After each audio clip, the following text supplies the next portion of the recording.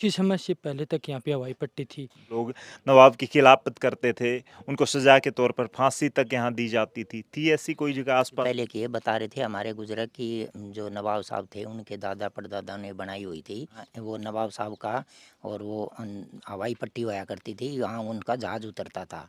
19,750 में UPSC, SSC, bank और NDA की सरकारी नौकरी।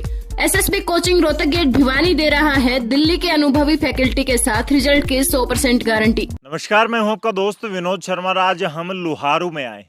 लोहारू के नाम से आपको लोहारू का नवाब याद आता है, लोहारू के किले, लोहारू का अलग अलग पुराने समय से जुड़ी विरासत याद आती है। लोहारू का बहुत पुराना रेलवे स्टेशन है यहाँ पर, लेकिन आज लोहारू का आपको पुरानी हवाई पट्टी, पुराना फांसी घर और पुरानी ईदगाह दिखाने वाले हैं।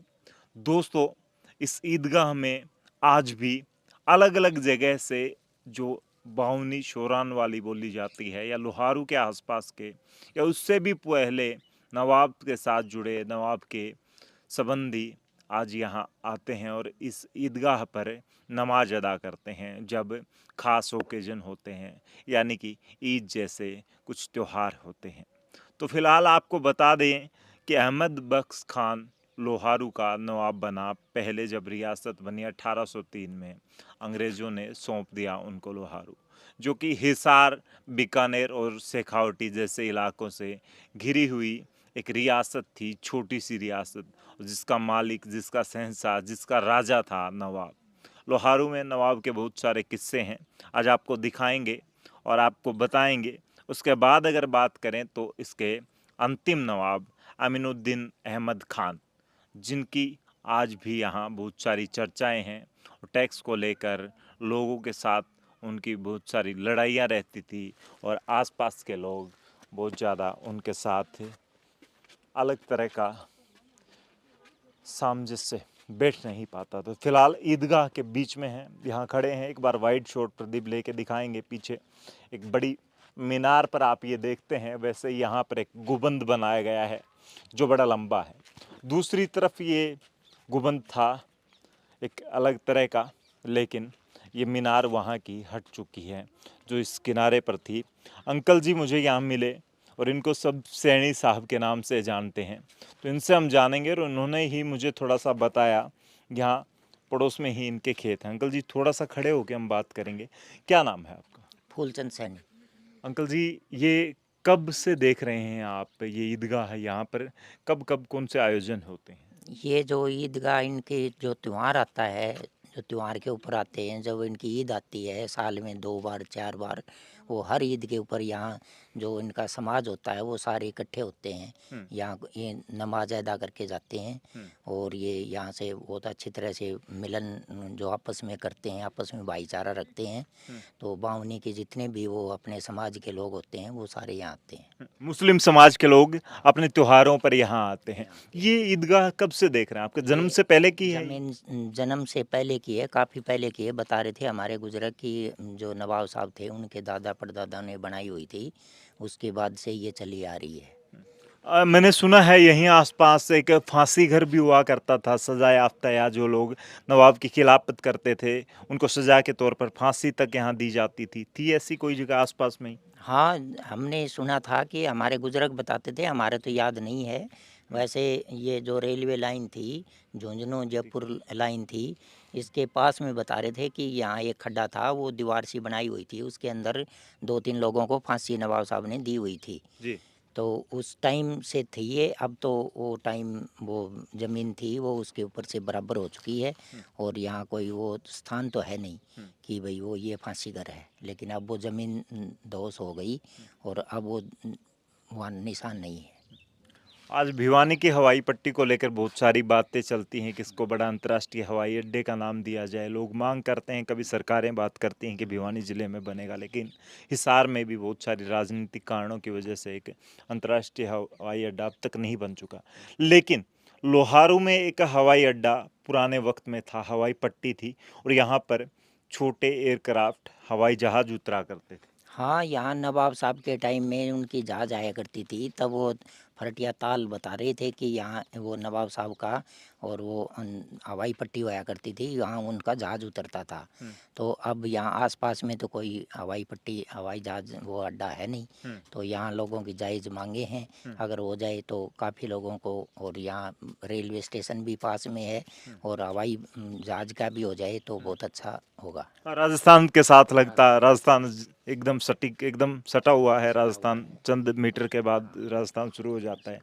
अब क्या कुछ कहेंगे, यहाँ पे इतनी ज़्यादा ऐतिहासिक जगह है लेकिन डेवलप नहीं हो पाया लोहारू। डेवलप नहीं हो पा रहा, ये एक जो हरियाणा के बॉर्डर के ऊपर, राजस्थान के बॉर्डर के ऊपर है, ये लोहारू है, ये रेतीला इलाका है और इस वजह से यहाँ थोड़ा विकास भी मतलब कम हो रहा है। अब सरकार ने 5-4 साल से ध्यान दिया, काफ़ी लोगों की वो हो रही है, तो इसलिए यहाँ भी अभी प्रोग्रेस हो रही है और आगे भी होने की संभावना है। ऐसे ही जैसे कि रेलवे ट्रैक है, वो लाइन ब्रॉडगेज से बड़ी लाइन बन गई, अब लाइट की बन गई है। अब जो रोड का काम है वो हाईवे रोड बन गया है, पुल बन गया है रेलवे लाइन का, नहरों में पानी आ गया है, नहर बन गई है, वो उसकी मरम्मत थी, उसमें बन के ना उसको में तो पानी लगता है कि रेतीले इलाके में अब विकास की बयार जो है हाँ बहेगी। बहेगी। हाँ। लेकिन यहाँ पे क्या पर्यटक आते हैं, लोग देखने के लिए आते हैं, कोई हाँ। एकाध गिना चुना लोग? हाँ काफ़ी आते हैं, कहाँ से कभी ये घूमने के लिए आते हैं, यहाँ काफ़ी लोग मतलब ये अपने जो किला है बाज़ार के अंदर वो देखने के लिए आते हैं। यहाँ भी आते हैं कि भाई ये ईदगाह है, काफ़ी पुरानी है, तो यहाँ घूमने के लिए आते हैं, तब यहाँ भी ईदगाह के कभी ऊपर। कोई विदेशी भी यहाँ पे आया है? विदेशी तो अभी नहीं आए साहब, कोई।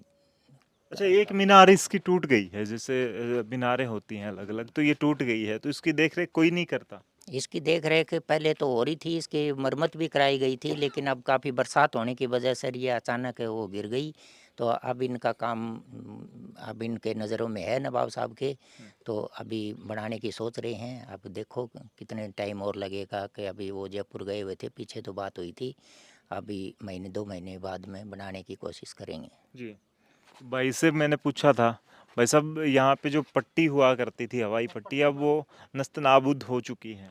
हाँ भाई साहब, वो मैंने मेरे दादाजी से सुना है कि कुछ ही समय पहले तक यहाँ पे हुआ करती थी, जो कि अब फरटिया ताल के खेत खलियानों में बदल चुकी है। अब यहाँ पे पट्टी का कोई निशान नहीं रहा है, लेकिन कुछ ही समय से पहले तक यहाँ पे हवाई पट्टी थी। उन्होंने बताया कि यहाँ पे नवाब का जहाज था, वो यहाँ इस पट्टी के ऊपर उतरा करता था। तो दादा लोगों ने तो देखा होगा। हाँ, बता रहे हैं कि दादा लोग ने देखा है, उन्होंने अपनी ज़िंदगी में उस पट्टी को देखा है। आज से कुछ ही सालों पहले थी वो, 30 या 40 साल पहले तक यहाँ पे उसका एक कमरा वगैरह था, जिसके ऊपर जहाज उतरती थी, उसके ऊपर झंडा चढ़ाया जाता था एक, वो कुछ दिन पहले तक था। जी, तो फिलहाल भाई देख सकते हैं राहुल है मेरे साथ। राहुल, क्या कुछ कहेंगे? नवाब के बहुत सारे किस्से हैं, नवाब का बहुत ज़्यादा डर हुआ करता था उस दौर में, कुछ लोग उनका विरोध भी किया करते हैं, और बावनी के जो कहे जाते हैं यहाँ वीर शूरमा जो हुए हैं, जिन्होंने युद्ध लड़ा, उनके साथ लड़ाइयाँ लड़ी और शहीद भी हो गए थे, तो नवाब के किस्से बहुत ज़्यादा प्रचलित हैं। बिल्कुल, बिल्कुल, मैंने तो पढ़ा है, रिसर्च किया है, इसमें काफ़ी किताबें हैं अपने यहाँ पे लिखी हुई हैं। तो जैसा कि पता आपको, जब भरतपुर के राजा के खिलाफ यहाँ के जो राजा थे अहमद बख्श खान, उन्होंने उनका अंग्रेज़ों का साथ दिया था, तो अंग्रेज़ों के खिलाफ साथ देने की उसमें बख्शिश दी गई थी, रियासत दी गई थी लोहारू की, तो यहाँ के राजा बनाए गए। कम से कम उनकी 6 पीढ़ियों ने 7 पीढ़ियों ने यहाँ पे राज किया, और 1926 से लेकर लास्ट तक ये अपने लास्ट नवाब थे जो अमीनुद्दीन अहमद खान, तो इन्होंने सबसे ज़्यादा अत्याचार जनता पे किए। तो बात है कम से कम 1920 से 1925 की, हम तब की बात करते हैं। तब क्या किया, लोगों पे, जनता पे इतने कर लगा दिए गए कि किसान और हर वर्ग परेशान हो गया।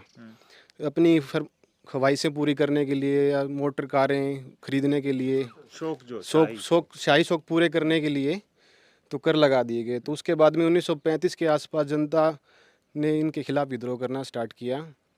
सबसे पहला विद्रोह हमने पढ़ा है कि चैड़ में किया गया था, तो वहाँ के नाम तो नहीं याद है मुझे अभी, तो इन्होंने अंग्रेज़ों के साथ मिलकर उस विद्रोह को दबा दिया गया था। उसके बाद सिंगानी में, जो हम गांव है सिंगानी लोहारू से तकरीबन 10-15 किलोमीटर दूर है, तो यहाँ पे बहुत बड़ा विद्रोह स्टार्ट हुआ था, तो वो भी दबा दिया गया था। काफ़ी हत्याएँ हुई थी यहाँ पे, मारकाट हुई थी, तो आखिरकार फिर 1947 में जाके हमें इनसे आज़ादी मिली। चलिए भाई, फिलहाल आप देख सकते हैं जिस तरीके से, हालांकि नवाब का परिवार हमने देखा है कि वो बाद तक यहाँ रहे, हमने सुना है ये चीज़, आज भी उनका किला है और सारी चीज़ें हैं जो नवाब के साथ जुड़ी हैं, बहुत पुरानी जो कुछ खंडर में बदल चुके हैं, कुछ को सरकार ने या फिर उनके परिवार ने संभाल के रखा है। फिलहाल अंकल जी से हमने ऑफ कैमरा जाना तो यहाँ पर अब भी देख रेख के लिए वो लोग आते रहते हैं। हालांकि ये भी कहा जाता है कि बाद में जयपुर चला गया ये परिवार, लेकिन फिलहाल लोहारू के साथ सिमटी ये सियासत के साथ खोसी जाती